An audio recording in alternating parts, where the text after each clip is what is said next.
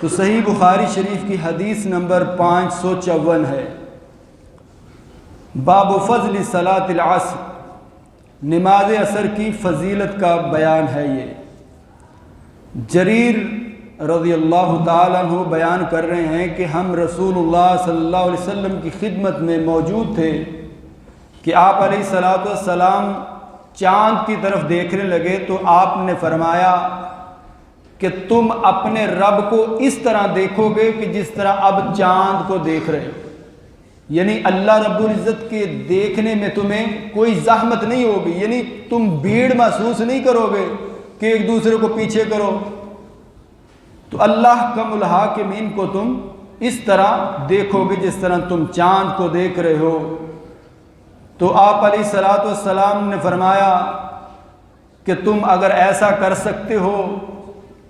کہ سورج طلوع ہونے سے پہلے والی نماز اور سورج غروب ہونے سے پہلے والی نماز یعنی فجر اور عصر کہ اس سے تمہیں کوئی چیز روک نہ سکے، یعنی اس کو چھوڑو نہیں، اس کی قدر کرو، تو آپ علیہ الصلوۃ والسلام نے قرآن مجید کی یہ آیت بھی پڑھی، وَسَبِّحْ بِحَمْدِ رَبِّكَ قَبْلَ طُلُوعِ الشَّمْسِ وَقَبْلَ الْغُرُوبِ، اللہ رب العزت کی تسبیح بیان کیجئے سورج طلوع ہونے سے پہلے اور سورج غروب ہونے سے پہلے پہلے۔ دوسری حدیث ہے 555، رسول اللہ صلی اللہ علیہ وسلم سے روایت کر رہے ہیں ابو ہریرہ رضی اللہ تعالیٰ عنہ،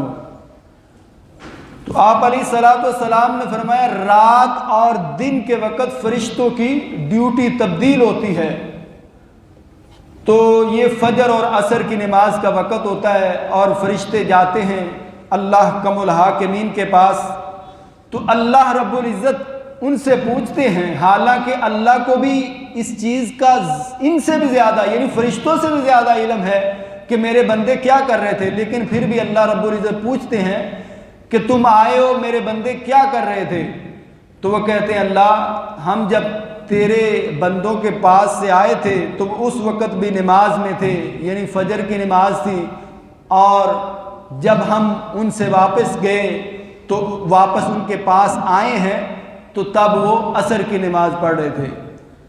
تو یہ ظاہر بات ہے فرشتے ان کے بارے میں کہیں گے کہ جو نماز کی قدر کرتے ہیں، نماز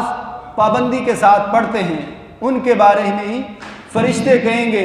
تو جو نماز پڑھتے ہی نہیں ان کے بارے میں کیا کہیں گے؟ تو ان سے مراد جو ہے یہ کرامن کاتبین ہے، جو دائیں اور بائیں اللہ رب العزت نے فرشتے نگہبان بٹھا رکھے ہیں، تو ان کی بھی ڈیوٹیاں چینج ہوتی ہے صبح و شام کے وقت، تو یہ اللہ کم الحاکمین کو ان کے بندوں کے احوال بتاتے ہیں۔